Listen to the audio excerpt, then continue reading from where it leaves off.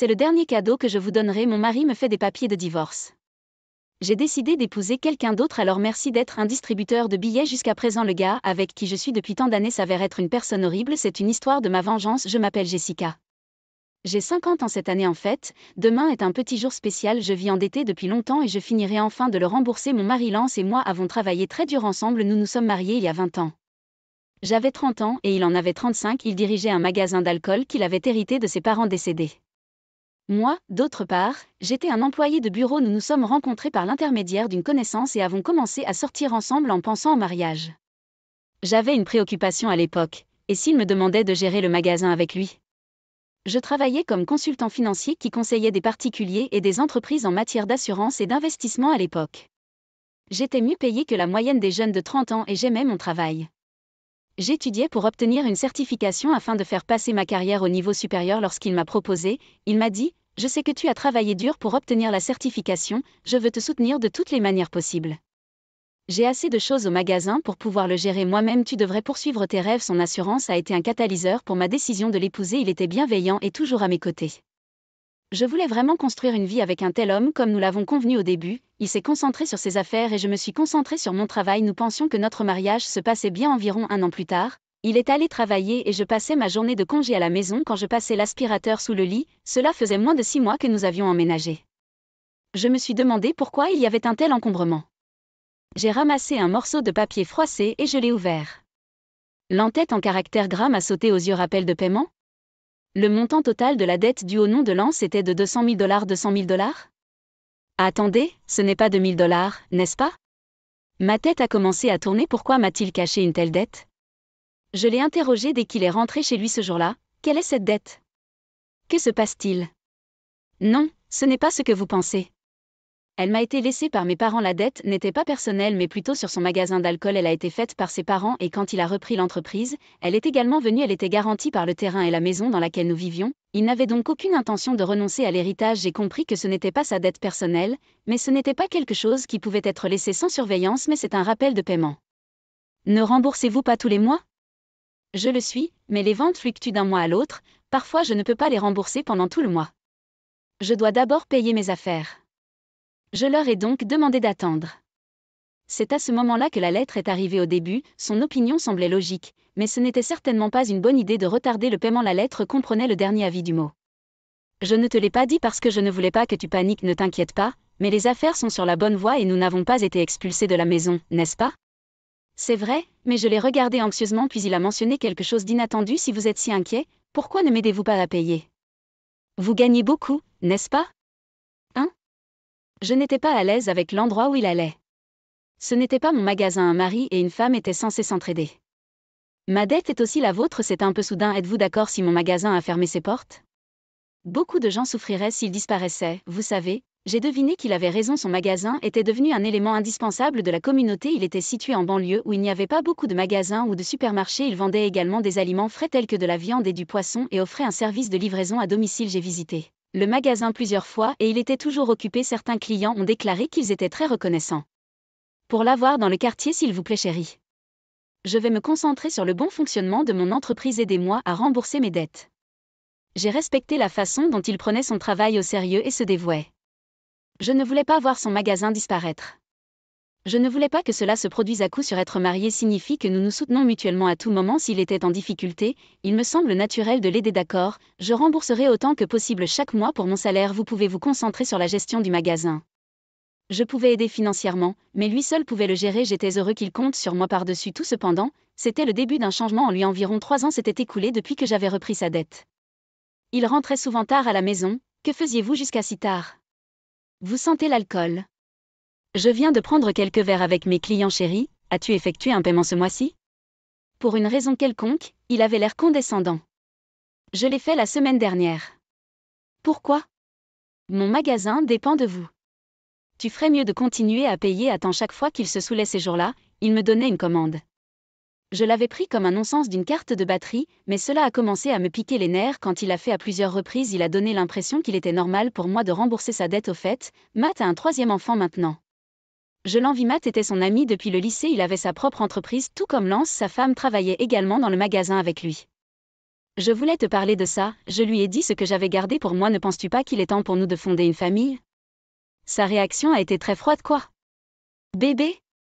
Mon entreprise vient de commencer à reprendre et nous étions toujours endettés. Comment pouvons-nous être aussi irresponsables? La dette était la sienne. J'ai retenu mon agacement. Matt a 3 enfants maintenant, n'est-ce pas? Nous pouvons en gérer un aussi. Ses parents vont encore bien et sa femme travaille dans le magasin. Ils sont différents de nous. Je ne pouvais pas contrer cela.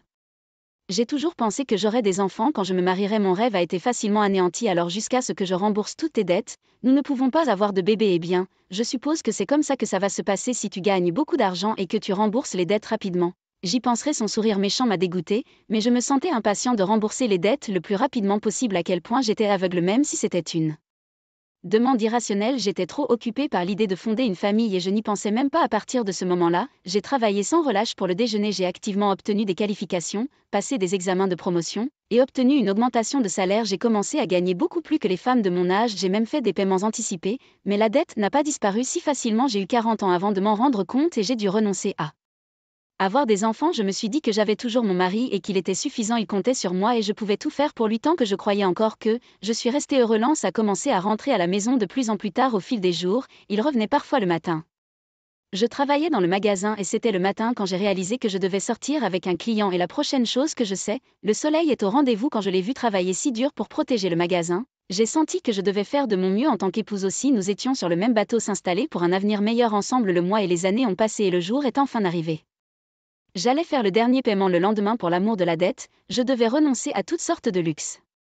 Je n'avais plus besoin de le faire, je pouvais enfin dépenser mon argent durement gagné comme je le voulais. J'ai réalisé que depuis que je me suis mariée, j'avais trop pensé à l'argent. Nous n'avions jamais pris de vacances ni même dîné dans un bon restaurant. Nous étions encore dans la cinquantaine. J'espérais enfin profiter de ces choses. À partir de ce moment-là, le jour où le dernier paiement était dû, j'ai pris un jour de congé. J'ai préparé un dîner plus luxueux que d'habitude. J'ai préparé une bouteille de vin et j'ai même préparé le gâteau au chocolat préféré de Glance. Quand il est rentré du travail, je les ai mis sur la table et j'ai dit enfin, j'ai l'impression que ça faisait longtemps. Mais les 20 dernières années sont passées si vite, n'est-ce pas chérie? Il tremblait et gardait la tête baissée. Je me demandais s'il pleurait de bonheur. Alors que j'étais stupéfait, il a commencé à craquer d'une manière que je n'avais jamais entendue auparavant. Qu'est-ce qui se passe? Vous allez bien? L'homme qui était censé être mon mari a déclaré la chose la plus scandaleuse, vous êtes renvoyé maintenant. Je vous suis reconnaissant pour les 20 dernières années. Merci d'avoir remboursé toutes mes dettes. Je suis un homme libre. Excellent travail. Je n'ai plus besoin de toi. De quoi parles-tu? Je n'avais sérieusement aucune idée de ce qu'il voulait dire, puis il a sorti quelque chose de son sac. C'est mon dernier cadeau pour toi. Demande de divorce en lettres grasses. Poignardé mes yeux, il a fièrement continué. J'ai décidé d'épouser quelqu'un d'autre. Alors tu ne m'es plus d'aucune utilité. Merci d'être mon distributeur de billets jusqu'à présent. Tu te remaries? Tu m'as trompé pendant tout ce temps? En y repensant, il rentrait toujours tard à la maison en disant travail ou socialisation pendant que je travaillais dur pour rembourser sa dette. Il n'était pas question. Son expression reste suffisante. Je ne serai jamais aussi infidèle. J'ai déjà trouvé la prochaine femme potentielle que je veux divorcer et épouser. C'est pourquoi j'attendais que tu appurement ma dette. Les larmes ont commencé à couler dans mes yeux à cause de la cruauté. J'étais encore plus attristée par la vue floue du festin que j'avais préparé. Alors sortez d'ici. Il m'a tendu les papiers du divorce. Mon sang a commencé à bouillir plus vite que je ne pouvais ressentir de tristesse ou de désespoir. D'accord, mais vous ne le regretterez pas. J'ai pressé ma voix. Non, je ne le ferai pas. Pourquoi regretterais-je de divorcer d'une vieille sorcière comme toi? Une vieille sorcière? Si j'étais elle, il serait un vieux paix. Je me suis demandé s'il pensait qu'il était encore jeune. Son idée fausse était si ridicule que j'ai retrouvé mon sang-froid et accepté les papiers du divorce. Je vais prendre ça avec moi pour l'instant, et je serai en contact. J'ai fait mes valises et quitté la maison. Comment mes 20 ans de mariage ont-ils pu se terminer si facilement? J'ai finalement versé des larmes de vide et de frustration après avoir été seule et puis j'ai demandé à mon avocat un accord de divorce et je l'ai envoyé à Lance. J'ai également demandé et reçu un rapport sur sa future épouse. Peu de temps après, j'ai reçu un appel de sa pareille, Jessica. Qu'est-ce que c'est que ce document? Il avait l'air furieux. Je pouvais imaginer son visage devenir rouge vif même au téléphone. J'étais très calme. Contrairement à lui, c'est un accord de divorce. Qu'en est-il? Je sais ce que c'est. Ce dont je parle, c'est de cet accord de prêt. Pourquoi dois-je vous rembourser? Il avait l'air désemparé et n'arrêtait pas de crier c'est fou. Ce n'est pas juste. Il faisait référence à la partie sur le remboursement du prêt entre époux qui s'est produite pendant le mariage. Cela signifiait qu'on lui avait demandé de rendre l'argent que j'avais payé en son nom. C'est de la connerie. Vous avez décidé de le faire de votre bonne volonté, n'est-ce pas? Pourquoi déterrez-vous le passé? Que veux-tu dire? Je l'ai fait en tant que ta femme. Si nous divorçons, c'est une autre histoire ensuite. Le regret que vous avez mentionné est qu'il s'en est rendu compte à ce moment-là quand il m'a demandé le divorce. J'ai immédiatement pensé à lui faire rembourser. Dans ma tête, je m'occupais d'assurance et d'investissement. Alors j'ai pu parler à différents types de clients dans ma profession parfois. J'ai entendu parler de problèmes de divorce ou d'héritage grâce à eux. J'ai eu quelques contacts d'avocats expérimentés que j'ai consultés tout de suite. Le montant total, y compris les intérêts que j'ai payés en son nom, était d'un peu plus de 300 000 $. J'étais déterminée à ce qu'il me rembourse précisément, c'était tout ce que je demandais. Il a dû se rendre compte de la gravité de l'affaire par mon attitude inébranlable et en voyant le nom d'un avocat localement célèbre sur le document, il pensait qu'il pourrait se débarrasser de sa femme sans m'ajouter en premier lieu. Il était si ridicule. Vous savez que je n'ai pas beaucoup d'argent et bien, alors pourquoi ne vendez-vous pas le magasin pour le financer? Si je fais ça, je n'aurai plus rien. Tu n'as que 55 ans, n'est-ce pas? Tu pourrais toujours trouver un emploi si tu voulais me donner une pause. Ma conversation avec lui n'avait aucun sens. Je voulais raccrocher le téléphone tout de suite, mais il y avait une dernière chose que je voulais vérifier. Au fait, comment ça se passe avec ta nouvelle future mariée? Cela ne vous regarde pas. J'ai éclaté de rire devant son attitude brusque. C'est vrai qu'on dirait que tu traverses beaucoup de choses. Bonne chance. J'étais sur le point de raccrocher le téléphone. Attendez une minute. J'ai décidé de ne pas l'épouser. Nous pouvons recommencer pour une raison quelconque, il m'a supplié. Je lui ai crié mes derniers mots et j'ai raccroché le téléphone. Recommencer, ne vous faites pas d'illusions. Je ne veux pas de toi. J'étais mariée à un tel homme depuis 20 ans. Je me demandais si j'avais l'air plus ridicule que lui aux yeux des autres. Je le respectais vraiment jusqu'à ce que le divorce survienne. C'était parce que je l'avais vu travailler si dur pour le magasin et pour ses clients. Je voulais le soutenir 20 ans plus tard. J'ai réalisé qu'il n'était qu'un imbécile. Le remariage qu'il a mentionné n'était que son auto-indulgence. Cela a commencé lorsqu'il a flirté innocemment avec une étudiante universitaire adolescente qui travaillait à temps partiel. Tu es si mignonne, Mélissa. Serez-vous ma femme? Elle a également joué le jeu et a répondu en plaisantant. Eh bien, j'y réfléchirais si vous me laissiez être une femme au foyer à plein temps. La vérité était qu'il pensait qu'elle était sérieuse. L'idée d'épouser un homme qui avait presque 40 ans de plus qu'une blague pour elle, bien sûr. Elle a été horrifiée d'apprendre son sérieux quand il l'a constamment pressée de l'épouser. Ses parents ont dû intervenir et placer l'ordonnance restrictive contre lui quand j'ai lu le rapport de l'enquête privée. J'ai ri si fort que j'ai hyperventilé quand il a commencé à rentrer tard. Je pensais qu'il travaillait dur sans rien savoir. Au lieu de cela, c'était le contraire. Il draguait souvent des jeunes filles dans ses bars et bars de striptease préférés. Il s'est ridiculisé en disant des choses comme: je suis étonnamment populaire auprès des jeunes filles, je suis vendeur. J'ai donc cette facilité à parler à Laura et à m'entendre avec eux, et on me dit que j'ai l'air plus jeune. Vous ne le pensez pas?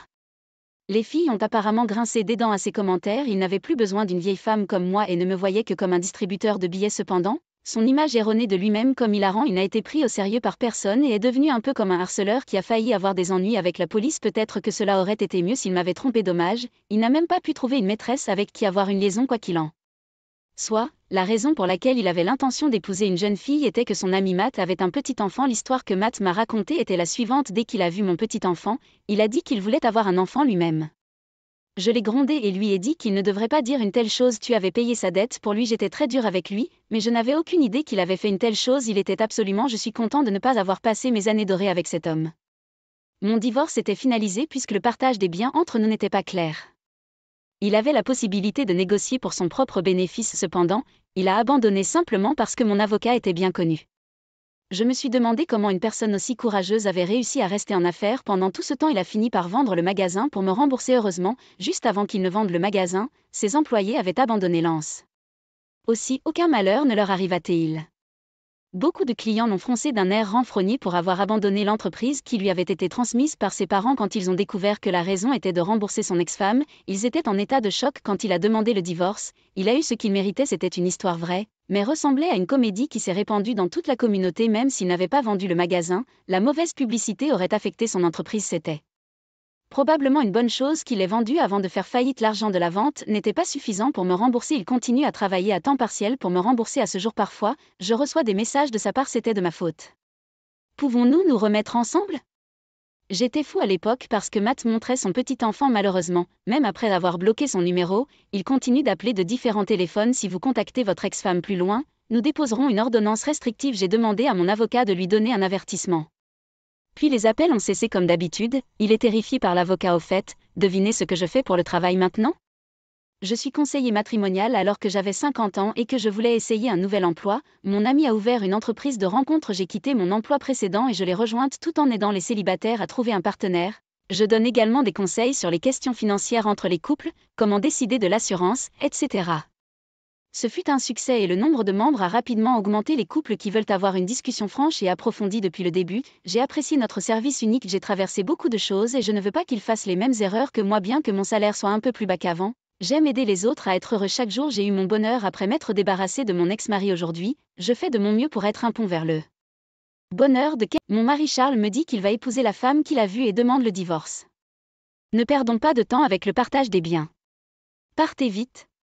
Sharon me nargue comme si elle se délectait de ma misère. Donald aussi s'est entiché d'une femme qu'il a rencontrée dans un bar. Ils ne veulent pas vivre avec moi. Je partirai comme tu voudras. Mais avant cela, je vais vous donner une partie de mon esprit. Je m'appelle Joylyn. Nommée dans l'espoir d'être bénie avec beaucoup de joie. Joie dans Joylyn. Je suis une femme de 50 ans dont la vie n'a pas été aussi joyeuse que je l'espérais. Mais maintenant, mes journées sont remplies de bonheur, alors je peux regarder en arrière et rire du passé. Laissez-moi vous ramener à l'époque où j'avais 35 ans. J'étais sur le point de fêter mon 10e anniversaire de mariage avec Charles. Nous n'avions pas eu la chance d'avoir des enfants et j'ai trouvé un peu douloureux d'entendre des commentaires de ceux qui nous entouraient comme « Avez-vous des enfants ?» Et les enfants sont merveilleux, vous savez. Les conversations avec Charles avaient diminué. En partie parce qu'il avait été promu quelques années plus tôt. Il est devenu plus occupé par son travail et a voyagé fréquemment. Je travaillais aussi, donc nous nous voyons à peine. Pas étonnant que nous n'ayons pas eu d'enfants. Eh bien, c'est aussi une forme de mariage et c'est plus facile pour nos esprits. Avoir des enfants ou non, peu importe. C'est ce que je pensais. Un jour, notre famille s'est agrandie d'une manière à laquelle nous ne nous attendions pas. Ce n'était pas un bébé angélique qui est arrivé. Au lieu de cela, c'étaient les beaux-parents qui semblaient être des démons de l'enfer. Apparemment, juste après notre mariage, les beaux-parents avaient constamment dit à Charles qu'ils voulaient vivre avec nous. Charles pesait les tracas de la vie commune par rapport aux tracas du refus continu. En conséquence, il a décidé que vivre ensemble serait moins compliqué. Étonnamment rationnel ou non, je n'ai pas accepté de vivre ensemble, selon Charles. Je ne suis presque jamais à la maison, donc ça va. Cela pourrait vous convenir. Mais quand même, comme Charles l'a dit, ce n'est pas grave si les beaux-parents sont de bonnes personnes. J'ai eu du mal avec ces beaux-parents avant même que nous commencions à vivre ensemble. Ce sont eux qui m'ont demandé avec insistance, « Quand est-ce que tu auras des enfants ?» Sharon disait toujours que plus vous avez d'enfants, mieux c'est. Chaque fois que nous nous sommes rencontrés. Mais vous n'avez donné naissance qu'à Charles, n'est-ce pas? Vivre avec de tels beaux-parents, c'est une histoire qui vous retourne l'estomac. Je me demande comment la vie ensemble va se dérouler. Mes attentes ont été rapidement trahies, pas dans le bon sens. Cela s'est avéré encore pire que je ne le pensais. Donald a déclaré solennellement que lorsque nous avons commencé à vivre ensemble, nous ne vous donnerons aucune pension ni frais de subsistance. Puis Sharon continua avec un sourire, « Allons-y avec cet arrangement. » Attendez, quel genre d'arrangement est-ce? Charles a également dit quelque chose comme « Nous travaillons tous les deux pour pouvoir nous débrouiller sans recevoir de frais de subsistance. » Charles est donc l'un d'entre eux aussi. Je n'avais jamais été particulièrement mécontent de Charles jusqu'à présent. Je n'attendais pas grand-chose d'un mari avant même de nous marier. Je pensais qu'un mari qui ne se met pas facilement en colère et travaille dur était assez bon. Mais maintenant, une vague de plaintes que je n'avais jamais eue auparavant s'est précipitée. De plus, comme j'ai vécu avec les beaux-parents pendant un certain temps, j'ai progressivement compris la raison pour laquelle ils voulaient vivre avec nous. Donald sortait souvent quelque part la nuit. Je l'ai cru quand il a dit qu'il sortait boire avec des amis. Mais ensuite, j'ai trouvé une carte de ce que vous appelleriez une boîte de nuit et une carte de visite avec Nancy écrite dessus dans la buanderie. Il existe différents types de bars, mais il s'agissait clairement d'une industrie de services qui satisfait directement les désirs d'un homme. Je vois, il aime Nancy. Je n'arrive pas à croire qu'il soit encore aussi énergique à son âge, ai-je pensé. Bien sûr, je le pensais dans le mauvais sens. Pas étonnant qu'il ne puisse pas nous donner de frais de subsistance, il les dépense pour Nancy. On ne peut pas les aider. Pas question. D'un autre côté, Sharon a progressivement commencé à me harceler. De plus, elle était rusée et intensifiait progressivement le harcèlement. À tel point que même moi je ne l'ai pas remarqué au début. Au début, je pensais qu'elle était gentille. J'aurais pu l'endurer s'il s'était agi simplement de la façon dont je plie le linge ou assaisonne ma cuisine. Mais il y a eu des moments où Sharon m'a appelé par le nom de l'ex-petite amie de Charles. À chaque fois, Sharon s'excusait en disant « Je me souviens très bien d'elle parce qu'elle était la première petite amie que Charles m'a présentée. Je ne l'ai pas fait exprès. Désolée. » Au début, j'ai pensé « Sharon est vieille, alors peut-être que de telles choses arrivent. » Mais au fur et à mesure, j'ai réalisé que quelque chose n'allait pas. En parlant de cela, chaque fois que je prenais une douche, la salle de bain était toujours sale. J'ai d'abord pensé que le désordre dans la salle de bain venait de Charles et des autres qui étaient entrés auparavant, mais personne ne s'est plaint de la saleté de la salle de bain. Donc, sans aucun doute, c'était Sharon qui était avant moi. Il y a eu d'autres cas, comme lorsque Sharon, pensant par erreur que tout le monde s'était déjà baigné un jour de neige, a débranché la baignoire, me laissant me doucher dans le froid glacial. Elle a aussi pris une fois mon collier préféré dans le placard sans demander et l'a perdu. À chaque fois, Sharon disait que je ne l'avais pas fait exprès. Je ne pensais pas désolée. Bien qu'il soit possible de prendre accidentellement une douche ou d'appeler quelqu'un par le mauvais nom, prendre des bijoux sans permission n'est pas quelque chose qui peut être balayé comme un simple oubli.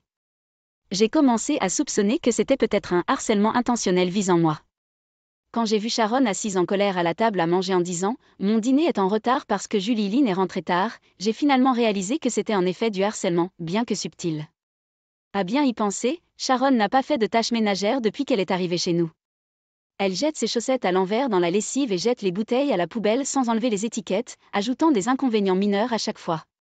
Elle se plaint si les repas sont en retard et si les draps sont en désordre et parfois elle jette même des objets. J'ai finalement compris que notre maison était bel et bien honorée par l'arrivée d'un bébé. 2 d'entre eux, en fait, tous deux grands et délicieusement têtus. Épuisée par mon travail d'aide-soignante, tout ce que je voulais, c'était échapper rapidement à cette situation et aller me coucher. J'ai donc continué à tolérer silencieusement le comportement de Sharon. Je n'avais pas l'énergie de discuter avec qui que ce soit quand je suis rentrée chez moi. Je voulais me reposer le plus rapidement possible, même si ce n'était que pour un instant. Bien que j'étais épuisée et que je ne l'ai pas remarqué au début, il semblait que Sharon était au courant des sorties nocturnes de Donald. Lorsqu'une actrice apparaissait à la télévision, Sharon demandait constamment à Donald « Donald, tu n'aimes pas les filles comme elle ? Vous le faites, n'est-ce pas ?» L'actrice s'appelait Nancy, le même que la fille du bar. Donald avait l'air pâle. Après cet incident, j'ai demandé une fois à Sharon « Es-tu d'accord pour que Donald sorte comme ça ?» Sharon a répondu « Si je divorce, je serai quelqu'un qui a des antécédents de divorce à cet âge, n'est-ce pas ? C'est misérable et cela semble mauvais pour la société. Bien sûr, je n'aime pas ça, mais il joue juste avec des professionnels au bar, non. S'il n'est pas sérieux, je peux l'accepter. Elle ne se retenait pas de divorcer à cause de son inquiétude pour Donald, mais plutôt parce qu'elle craignait de devenir quelqu'un avec des antécédents de divorce. Je ne pouvais pas le comprendre. Fermer les yeux sur l'infidélité devait être la cause de son stress interne important, et l'exutoire de Sharon pour ce stress me harcelait. En me harcelant, non seulement elle pouvait évacuer son stress, mais elle pouvait aussi éviter de faire le ménage. C'était comme faire d'une pierre deux coups, j'en étais certain. Je savais pourquoi Sharon avait insisté pour vivre avec Charles. Depuis qu'il vivait avec la belle famille, Charles trouvait de plus en plus d'excuses pour ne pas rentrer à la maison, disant qu'il devait faire des heures supplémentaires. Cette maison était pourrie des racines aux piliers. À ce rythme, même moi je pourrais finir écrasée sous les planchers pourris. C'est arrivé un jour, environ 6 mois après que nous ayons commencé à vivre ensemble. Charles, qui avait rarement le même jour de congé, a dit quelque chose d'inattendu. « S'il vous plaît, divorçons. » C'était un coup de tonnerre. Il s'avère que Charles avait une liaison avec une camarade de classe depuis longtemps. Il a même dit qu'il voulait épouser cette personne, et je n'en avais aucune idée. Apparemment, ils ont commencé à sortir ensemble juste avant qu'il ne soit promu. Je pensais qu'il travaillait dur pour notre bien, mais cela aurait-il pu être pour son camarade de classe ? Était-ce de ma faute de ne pas avoir prêté attention au comportement de Charles, en utilisant mon épuisement comme excuse ? Je pensais que les liaisons n'arrivaient qu'à la télévision, et à des gens comme Donald. Non, peut-être est-il naturel pour Charles de tricher, étant donné que Donald le fait aussi. Une fois que cette maison est prête, ma petite amie et moi y emménageons. Vous pouvez prendre vos affaires et partir, a déclaré Charles. Sharon a demandé, que va-t-il nous arriver ? Vous pouvez rester. Ma petite amie ne voit pas d'inconvénient à partager, a répondu Charles. Quelle gentille fille. Joylyn, ne la laissez pas s'en tirer si elle demande le partage des biens. Nous allons utiliser cette maison et tout ce qu'elle contient. Donald intervint. Ouais, c'est une très bonne fille, surtout si elle est plus mignonne que Joylyn. Sharon a lancé un regard à Donald comme pour dire « c'est reparti avec les femmes ». Mais Charles et Donald se contentèrent de rire. Ces gens sont désespérés. J'ai répondu. D'accord, je suis d'accord avec le divorce. Il y aura bientôt une cérémonie commémorative à Atlanta, n'est-ce pas? Pouvez-vous attendre jusque-là? Vous prévoyez de profiter du festin lors de la cérémonie commémorative? Êtes-vous? Comme c'est pathétique. Il n'y a aucune chance que je prenne une femme qui divorce de moi. Partez déjà. Qui est le pathétique ici? Qui se soucie de la nourriture? Malgré tout, Sharon et moi, les seules femmes dans la pièce et toutes les deux trompées, n'arrivons pas à nous entendre. Non, j'avais l'intention de déménager ce jour-là. Rentrer à la maison est un peu embarrassant depuis que j'ai été trompée. Trouver un endroit et gérer la paperasse prend du temps. Je pensais que ça marcherait à ce moment-là. Charles, et non Sharon, répondit avec condescendance. Si c'est le cas, très bien. Tricher et ensuite agir de haut en haut? Ne me sous-estimez pas. Je vais tout détruire. Une semaine a passé et le jour de la vengeance tant attendu est enfin arrivé. Ce jour-là, mes beaux-parents et Charles ont quitté la maison tôt le matin pour assister à une cérémonie commémorative à Atlanta. Ils prévoyaient de revenir dans la soirée. Très bien, essayons. Le service de collecte des ordures que j'avais engagé est arrivé. Je leur ai demandé de charger tous les meubles de la maison dans le camion. Le canapé, le micro-ondes, le lit de Charles et des beaux-parents, et les vêtements de Sharon qui s'étaient accumulés depuis qu'ils avaient emménagé. Le nouvel aspirateur préféré de Charles, même le réfrigérateur et son contenu, tout a disparu. Ah, le minimalisme est merveilleux. Avec chaque objet jeté, j'avais l'impression que mes problèmes disparaissaient. Ensuite, les déménageurs sont venus transporter mes affaires importantes dans mon nouveau logement. Le soir, la maison était vide. La porte d'entrée fit un bruit. Il semblait que Charles et les autres étaient revenus. J'ai décidé de les saluer une dernière fois, comme une bonne épouse, et je me suis tenue à l'entrée avec un sourire. Quoi? Vous êtes toujours là? Charles fronça les sourcils ouvertement. Mes beaux-parents aussi. Oh, c'est dur. C'est la dernière fois, donc c'est bien de voir les visages de l'autre avant de partir, non? J'ai voulu voir ton visage. Hein? Tu te soucies toujours de moi? Il rougit légèrement. Il rit. Quel est le problème? Bien. Prenons un dernier repas ensemble, d'accord? Charles, étrangement de bonne humeur, se dirige vers le salon en disant cela, suivi de Sharon, qui a l'air exaspérée, en disant « Charles est si gentil ». Donald, quant à lui, se tourne vers moi avec un regard fier, disant « C'est mon fils ». Je suis déconcertée. Prendre un repas, hein? Cela aurait été une belle façon de se séparer, s'il restait quelque chose à manger. Hein? Quoi? Quoi? Toi. Le sens de mes mots? Charles, en ouvrant la porte du salon, laisse échapper une exclamation silencieuse. Sharon, agacée, jette un coup d'œil dans le salon après Charles et s'exclame, tout comme lui, quoi? Toi. Donald fait de même. Attendre. Pourquoi le réfrigérateur? Non, même les meubles, les appareils électroménagers aussi. Pourquoi n'y a-t-il rien nulle part? Bien sûr, je les ai jetés. La maison semble beaucoup plus grande maintenant, n'est-ce pas? Je pensais que ce serait mal de laisser de vieux meubles pour ta nouvelle vie avec ta petite amie. Considérez cela comme mon cadeau d'adieu. Les a jetés dehors? Pourquoi? Ne vous prépariez-vous pas à déménager? J'ai déjà déménagé. Vous jetez des choses dont vous n'avez pas besoin lorsque vous déménagez, n'est-ce pas? Avez-vous oublié? La plupart des choses que nous avons achetées lorsque nous nous sommes mariés ont été achetées avec mon argent. Rien de mal n'arrivera simplement parce que moi, qui n'en avais pas besoin, je les ai jetés. À mes mots, Charles me pointe du doigt, sa bouche bougeant mais aucun mot ne sort. Il semble trop choqué pour parler. Avec cela, je renoncerai à toute division de propriété. Eh bien, il n'y a presque rien à diviser de toute façon. Sharon, furieuse de mon sourire, dit « Que as-tu fait? Je vais rendre cette phrase à votre fils stupide. Il y a des limites à l'indécence, comme tromper tout en ayant une femme et ensuite dire de partir parce que vous vous remariez. Votre éducation n'était-elle pas en faute? Comment peux-tu me parler comme ça? Tu étais une belle fille si terrible. Vous considérez-vous toujours comme ma belle-mère? Pour moi, tu n'es qu'une vieille dame comme les autres. Je parle avec un sourire malicieux, et Sharon marmonne, si disgracieux. Tremblant de colère. C'est un secret que voir Sharon en colère commence à être un peu amusant. Vous ne vous en souvenez pas? Si je demande la division de cette chambre, vous ne pouvez pas refuser, n'est-ce pas? Sans la maison, où vivriez-vous tous les deux étrangers? Vous avez vendu votre maison familiale, n'est-ce pas? Oui, les beaux-parents avaient vendu leur maison lorsqu'ils ont emménagé chez nous. Nous n'en aurons plus besoin, avait-il dit. Cette maison était donc absolument nécessaire pour eux. Ils se sont rangés du côté de la liaison de leur fils plutôt que de sa femme, pensant probablement, tant qu'il y a une maison avec une femme de ménage, tout est permis. En entendant mes mots, se sentant peut-être pressé, Donald intervient. Eh bien, réglons cela à l'amiable. Faire semblant d'être une bonne personne. Oui, faisons-le. Procédons calmement, comme le suggère le vieux mât, je veux dire, comme le suggère Donald. Exactement. Vous savez de quoi je parle, Joylyn? Bien sûr. Au fait, Donald, votre téléphone portable n'a-t-il pas été cassé aujourd'hui? Oh oui, je m'en suis rendu compte après avoir quitté la maison. Il ne s'allumait pas. Si la charge ne fonctionne pas, je suppose que je devrais consulter le magasin.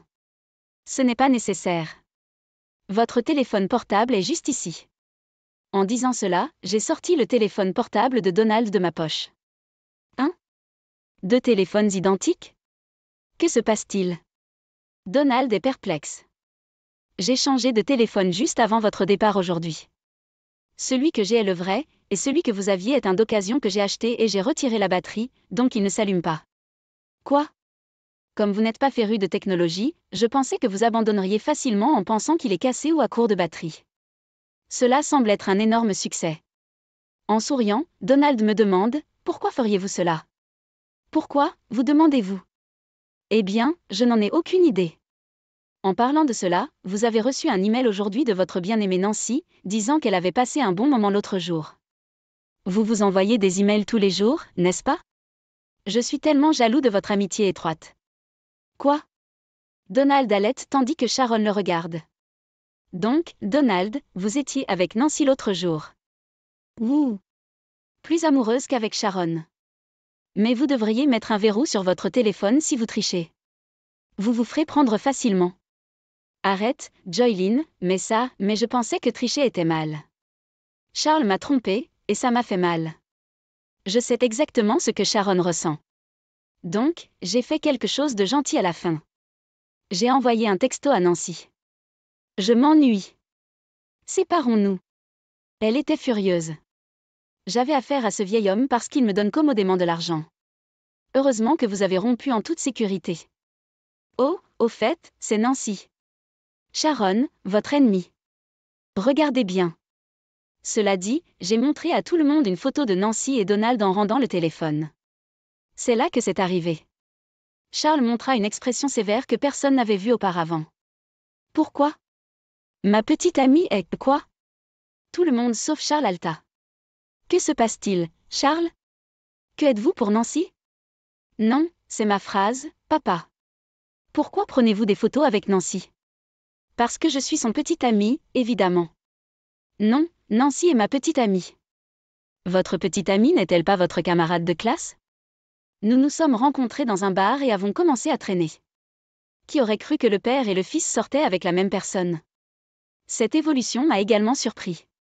Ignorant Sharon et moi, qui étions sous le choc, les hommes ont commencé une dispute inutile pour savoir qui était le plus approprié pour être le petit ami de Nancy, qui a finalement dégénéré en une bagarre à part entière, se tirant les cheveux. La bagarre s'est terminée lorsque Charles a arraché une quantité importante des précieux cheveux clairsemés de Donald. Après avoir jeté un coup d'œil au visage sans âme de Donald, j'ai déclaré haut et fort, « Eh bien, je pars pour mon nouvel endroit. Merci pour tout. Je réclamerai une compensation pour l'affaire la prochaine fois. Au revoir. » J'avais dit qu'il n'y aurait pas de partage des biens, mais je ne parlais pas d'indemnisation. Sharon réalisa que c'était une affaire sérieuse, et balançant le sac qu'elle tenait, commença à battre furieusement Donald dans une rage folle. Donald se tenait là, la tête baissée, comme s'il avait été complètement épuisé, incapable de tout gérer en même temps. En regardant cet enfer se dérouler à côté de moi, je ne pouvais pas m'empêcher de sourire en sautant sur mon scooter bien-aimé et en quittant les lieux. Bien que ce soit loin dans mon esprit, je me sentais comme Tom Cruise dans Top Gun. Oh, cela fait un moment que je n'ai pas roulé sur une route nocturne aussi rafraîchissante. C'est le meilleur. Plus tard, quand j'ai proposé le divorce, y compris la pension alimentaire, Charles a dit, « S'il vous plaît, attendez le divorce. Il semble que Sharon envisage également de divorcer, et il est possible que tout le monde perde sa maison ou que sa situation change, il veut donc économiser autant d'argent que possible. Il a dit des choses comme « Ne pensez-vous pas que c'est pitoyable pour nous, qui avons vécu ensemble, de faire face à une situation aussi difficile ?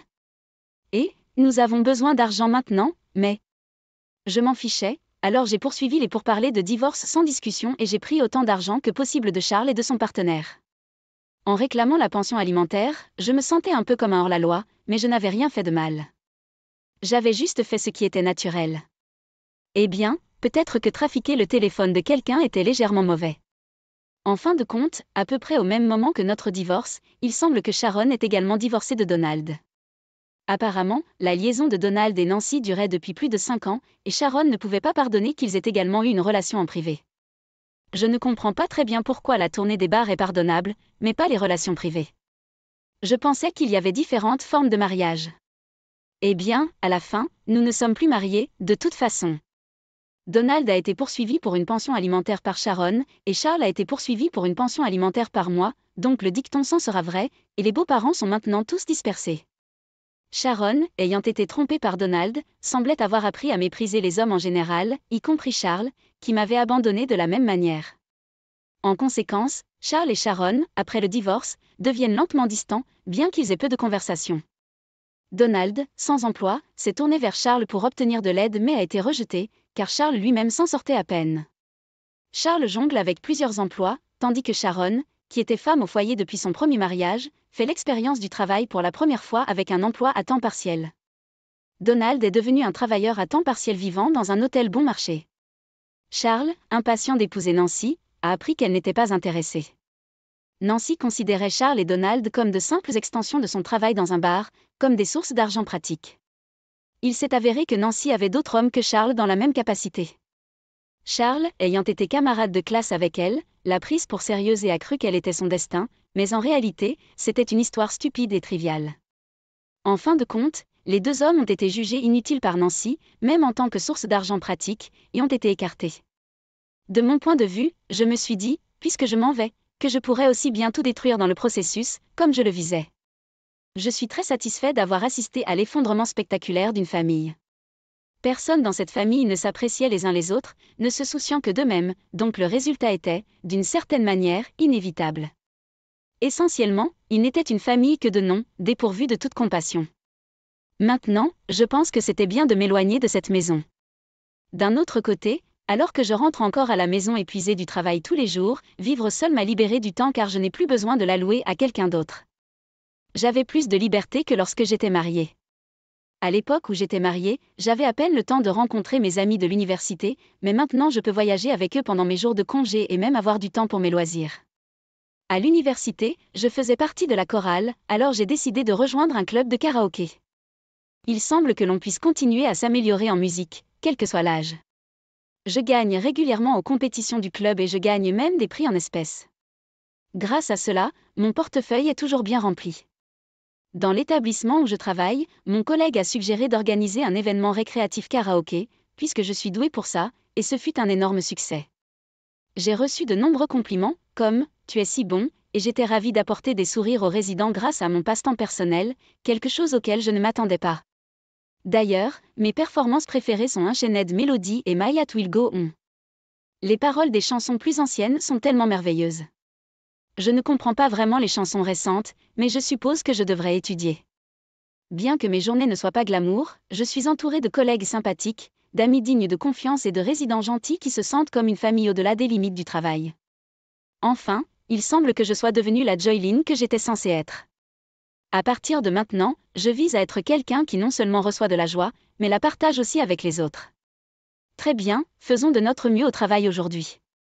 Je célébrerai de tout cœur les anniversaires. Je m'appelle Catherine. J'ai 24 ans et je travaille dans une école maternelle. L'année dernière, je me suis mariée et je vis maintenant avec mon mari, Georges. Il a 37 ans et travaille pour une grande entreprise, donc oui, il y a un écart d'âge notable entre nous. Avant de nous marier, Georges était incroyablement attentionné et gentil. Il faisait toujours des réservations dans de merveilleux restaurants pour nos anniversaires et n'oubliait jamais de m'acheter un cadeau. Quand j'étais alitée avec des crampes menstruelles, il m'achetait rapidement des analgésiques et des produits hygiéniques. J'ai apprécié sa compréhension. Sa maturité et sa gestion adulte des situations le rendaient d'autant plus attrayant pour moi.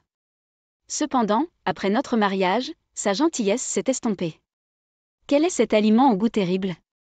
Maintenant, de telles remarques désobligeantes étaient devenues courantes.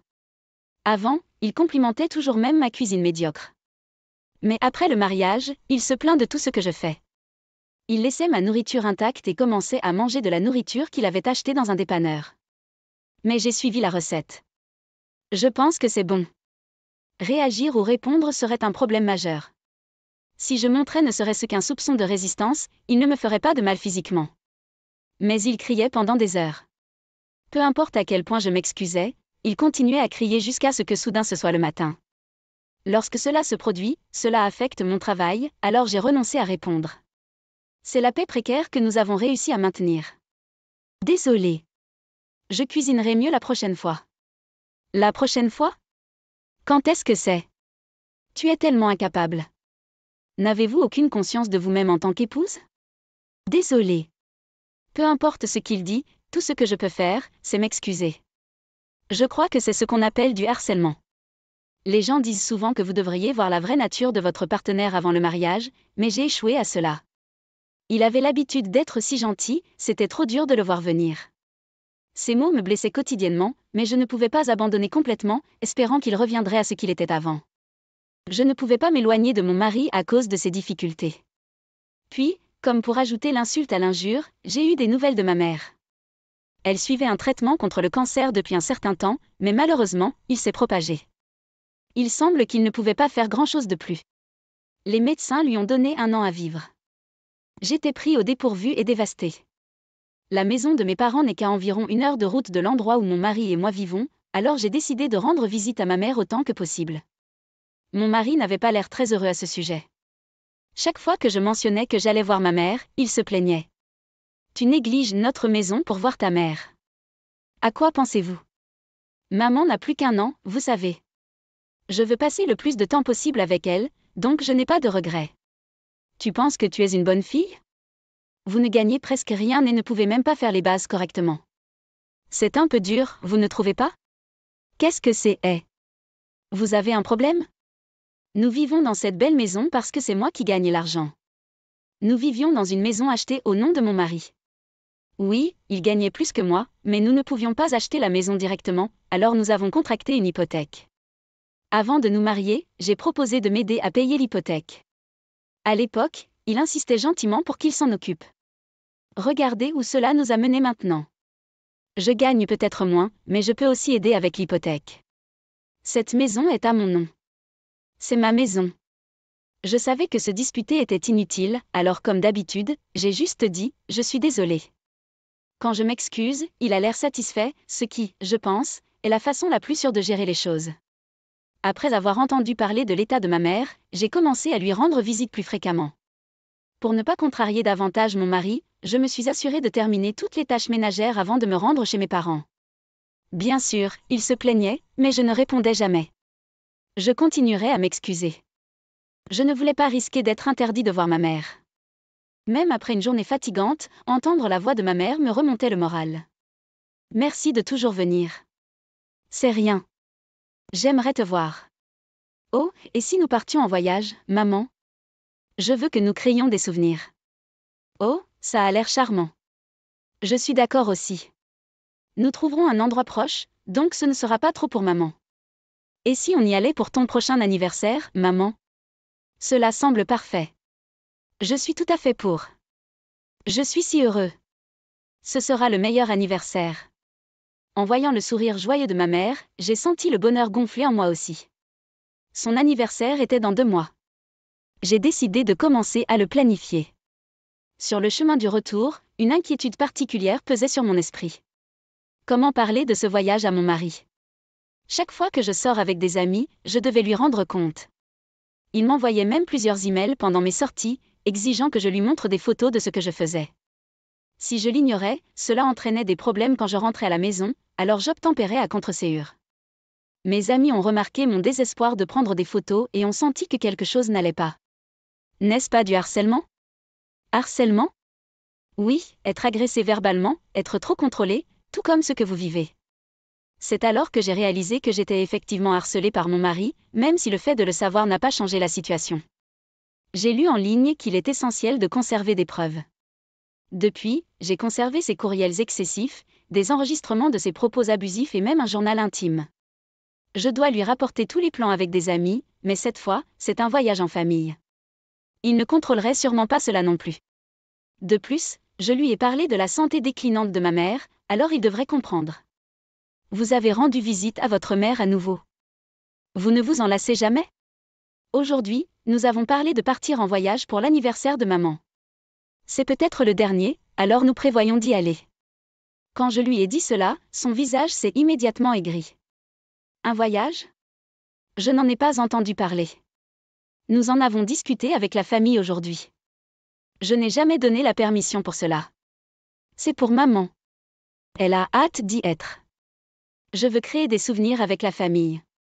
Mon mari, clairement irrité, a écouté mon raisonnement, mais un sourire méchant s'est glissé sur son visage. Alors, quand est ce voyage? Dans 2 mois seulement.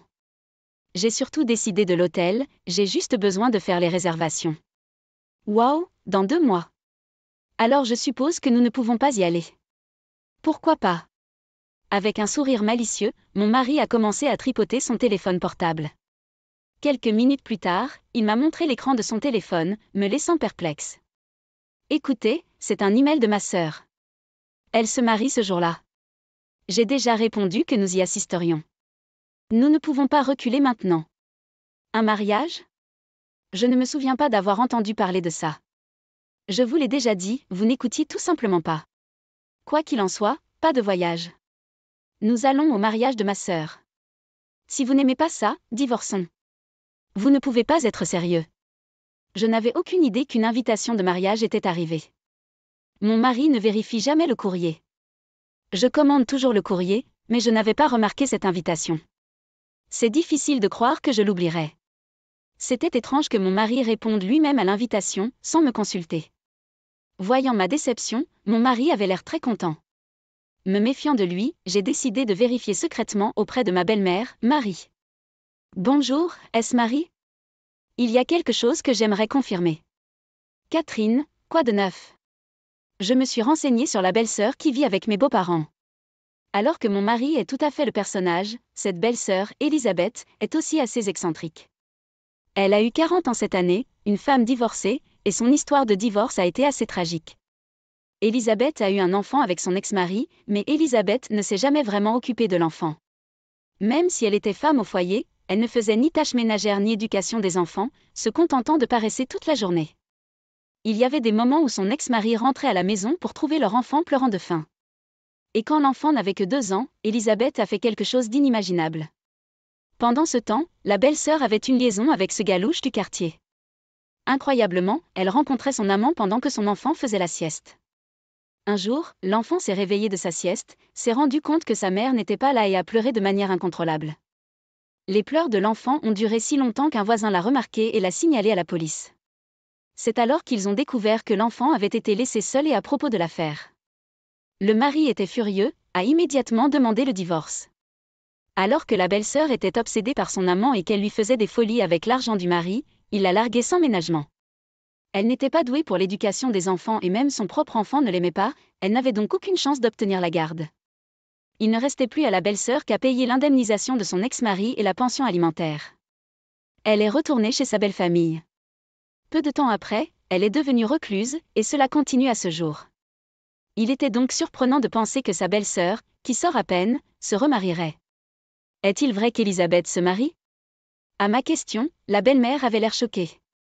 Quoi? Je n'ai jamais entendu ça. Elle ne se baigne même pas et ne sort même pas. Et elle n'a même pas fini de payer l'indemnisation. Il lui est impossible de se remarier. Comme je le pensais, mes soupçons étaient fondés. L'histoire du mariage de ma belle-sœur était un mensonge concocté par mon mari. Mon mari m'a parlé du mariage d'Elisabeth. De plus, ma mère n'a plus qu'1 an à vivre. Je voulais l'emmener en voyage, mais il m'a dit de ne pas le faire parce que c'était le jour du mariage d'Elisabeth. Il n'y a pas de mariage. Je me demande ce qu'il pense. Il a même dit qu'il divorcerait de moi si je donnais la priorité au voyage plutôt qu'au mariage d'Elisabeth. Je suis désolée pour mon fils stupide. S'il vous plaît, Ignorez ces commentaires absurdes et profitez de votre voyage avec votre mère. Elle sera ravie. Merci.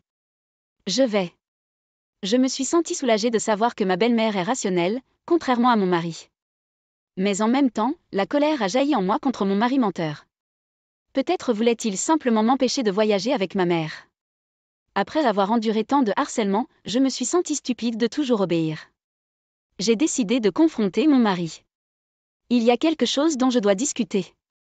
Ce soir-là, j'ai reparlé à mon mari du voyage. Quoi ? J'ai décidé de faire le voyage avec maman. Je t'ai dit que c'était le jour du mariage de ma sœur. Essayez-vous de m'embarrasser ? C'est une belle invitation, mais ma propre mère est plus importante pour moi. Donc, je ne peux pas y assister ce jour-là. Assez de ça. Divorçons. Quittez ma maison tout de suite. Mon mari s'est soudainement mis à crier, le visage déformé par la rage. Probablement parce que pour la première fois, j'avais résisté et ne lui avais pas obéi. Il a commencé à lancer des objets, comme la télécommande de la télévision et des livres à proximité. Je me suis désespérément cachée derrière le canapé, m'assurant qu'aucun des objets lancés ne me toucherait. Soudain, une voix plus forte que celle de mon mari a retenti de mon téléphone portable. C'est vous qui devez arrêter. Lorsque mon mari a reconnu la voix comme étant celle de mon beau-père, Daniel, son visage s'est vidé de sa couleur. Papa, j'ai tout entendu. Un mensonge sur le mariage de votre sœur, menaçant Catherine d'une telle tromperie et recourant à la violence. Impardonnable. J'arrive. Si vous faites du mal à Catherine de quelque manière que ce soit, vous ne vous en sortirez pas. Georges, en entendant les paroles de son père, avait l'air complètement vaincu et s'est effondré sur le sol. Il commença alors à marmonner à voix basse. C'est mauvais. Non, ce n'est pas de ma faute. Ils ne comprennent pas. Je n'ai rien fait de mal. En le regardant, j'ai eu plus peur que déçu. Silencieusement, je suis sortie de la maison. Alors que je m'accroupissais près de l'entrée, mes beaux-parents sont arrivés. Marie, merci de m'avoir aidée. Après avoir entendu les paroles de notre fils, j'étais certain que quelque chose n'allait pas avec lui. J'avais partagé avec ma belle-mère l'incident du voyage et ma confrontation avec mon mari. Anticipant un danger potentiel, elle m'avait suggéré de la laisser écouter notre conversation au téléphone. J'ai également informé mon beau-père, en m'assurant qu'ils étaient à proximité et prêts à aider si nécessaire. Nous allons confronter notre fils. Si vous vous sentez à la hauteur, Catherine, rejoignez-nous. Nous vous protégerons, toujours. Les mots de Daniel étaient incroyablement rassurants. J'ai suivi mes beaux-parents dans la maison où se trouvait mon mari. Et, la maison est en désordre. Que as-tu fait ? Lorsque Daniel est entré, mon mari a baissé les yeux en silence. Vous avez prétendu que c'était à propos du mariage de votre sœur pour saboter le voyage de Catherine ? Comme c'est pathétique de votre part. Pourquoi avez-vous fait une telle chose ? Mon mari a marmonné ses excuses. Catherine est si crédule. Elle écoute tout ce que je dis. C'est moi qui la soutiens, mais elle a osé me tenir tête. Daniel soupira, clairement exaspéré. Catherine, est-ce que mon fils vous soutient financièrement ? Non, je travaille aussi, et nous partageons les frais de subsistance. Je ne paie pas l'hypothèque car il insiste pour s'en occuper, mais ce n'est pas que je ne peux pas me le permettre. Mon mari m'a regardé fixement. Tu gagnes moins que moi. Ne soyez pas arrogant. Oui, c'est vrai, mais ce n'est pas de beaucoup, n'est-ce pas ? Ce n'est pas comme si tu gagnais beaucoup plus que moi. La ferme. Vous parlez toujours trop. Écoutez-moi. Il a crié et s'est mis en colère contre moi, mais quand mon beau-père a parlé, il a immédiatement baissé les yeux et s'est tu. N'avez-vous pas honte ? Catherine a essayé si fort de faire fonctionner ce mariage, même avec toi comme ça. Catherine, il a mentionné le divorce plus tôt. Vous pouvez vraiment aller jusqu'au bout si vous voulez. Honnêtement, j'attendais que quelqu'un dise ça. En fait, quand j'ai décidé d'évoquer les vacances, je m'attendais à ce qu'il parle de divorce, alors j'avais les papiers du divorce avec moi. Oui, après cet incident, j'ai réalisé que je ne pouvais plus être avec lui. Je veux divorcer maintenant, mais d'abord. Je lui ai montré le dossier de tout ce qu'il m'avait fait jusqu'à présent. Tout ce que tu m'as fait, c'est insupportable. Je consulterai un avocat et procéderai ensuite au divorce. Assurez-vous de mettre de côté de l'argent pour que je ne finisse pas comme Elisabeth. Les entrées de journal que j'ai tenues, les courriels incessants, l'enregistrement de tout à l'heure, connaissant les preuves que j'avais, le visage de mon mari est devenu pâle. Il s'est probablement rendu compte qu'il n'avait aucune chance. De plus, Vous avez demandé un transfert à la campagne à partir de demain. C'est le travail le plus difficile de toutes les branches. Travaillez dur là-bas et corrigez votre attitude tordue. Il semblait complètement vaincu. Il avait utilisé les relations de son beau-père pour décrocher son emploi dans l'entreprise, et avec son beau-père occupant un poste plus élevé, il ne pouvait pas refuser. De plus, à cause du transfert, il devrait abandonner notre maison. Sa fierté et sa joie. Il avait tout perdu en un instant et ne pouvait que baisser la tête en signe de défaite. J'ai fait mes valises le jour même et j'ai décidé de rester temporairement chez ma belle-famille. Si je prenais soudainement mes affaires et que je rentrais chez moi, ma mère apprenait le divorce. Je n'ai jamais voulu qu'elle s'inquiète à la dernière minute, alors je ne lui ai jamais parlé du divorce. Puis vint l'anniversaire de ma mère. Pour cette occasion spéciale, nous sommes allés au Grand Canyon, un endroit débordant de nature, pour l'aider à se ressourcer. Il s'avère qu'elle a visité cet endroit quand elle était enceinte de moi. Je me souviens de cet endroit. Quand j'étais enceinte de Catherine, chaque fois que je plongeais dans un jacuzzi, elle me donnait une petite tape de l'intérieur, comme un léger coup. Voir ma mère se remémorer des souvenirs avec une telle joie m'a émue. Regardez comment vous avez grandi. Merci d'être entrée dans nos vies, Catherine. Pouvoir voyager avec ma mère en toute sécurité aujourd'hui signifiait beaucoup pour moi. Nous avons passé un moment tellement heureux, juste tous les trois. 1 an plus tard, c'est presque miraculeux. Ma mère est toujours vivante et vivante.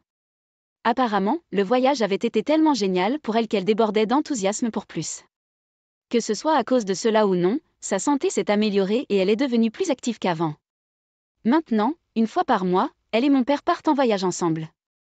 Elle dit que c'est le point culminant de sa vie. Avec ma mère de retour à son état de vie, mon père aussi semblait plus dynamique. Je suis vraiment reconnaissant de l'avoir emmené dans ce voyage. J'ai fini par recevoir un règlement substantiel de mon ex-mari et j'ai commencé à vivre seule. Quand j'ai finalement dit à ma mère, au lieu de s'inquiéter, elle semblait étrangement excitée. Racontez-moi tout. Étonnamment, elle était impatiente d'entendre parler de mes mésaventures, presque comme si c'était une intrigue d'une série télévisée. Elle écoutait attentivement chaque mot. D'un autre côté, mon ex a été transféré dans une succursale exigeante et travaille apparemment lui-même en lambeaux tous les jours. L'indemnisation qu'il me devait était initialement versée par mon beau-père, mais il a insisté pour que mon ex s'en sorte quoi qu'il arrive. Il y a quelques jours, j'ai reçu un message vidéo dans ma boîte de réception envoyé par mon ex. Dans celle-ci, il s'excusait en larmes. Mais quand j'ai écouté attentivement, il s'agissait de protéger ses propres intérêts. Je veux que le règlement soit annulé. S'il vous plaît, dites à papa que je veux que le problème de harcèlement soit pardonné et que je veux être réintégré dans mon ancien poste. Bien que ses collègues aient été au courant de notre divorce, ils n'étaient pas au courant des circonstances. J'ai donc transféré le courrier à mon beau-père. Comme prévu, le beau-père était furieux. Assez, c'est assez. Si vous recontactez Catherine, je vous jure que ce ne sera pas joli. Et si vous osez démissionner, je raconterai à chaque employé ce que vous lui avez fait. Compte tenu de la fierté de mon ex, ces mots semblent avoir touché une corde sensible. Peu importe à quel point il se sent épuisé, il a persévéré au travail. Eh bien, j'espère qu'il trouvera un moyen de s'améliorer dans ce nouveau chapitre de sa vie. Je prie juste pour qu'il s'abstienne de refaire les mêmes erreurs, surtout quand il s'agit de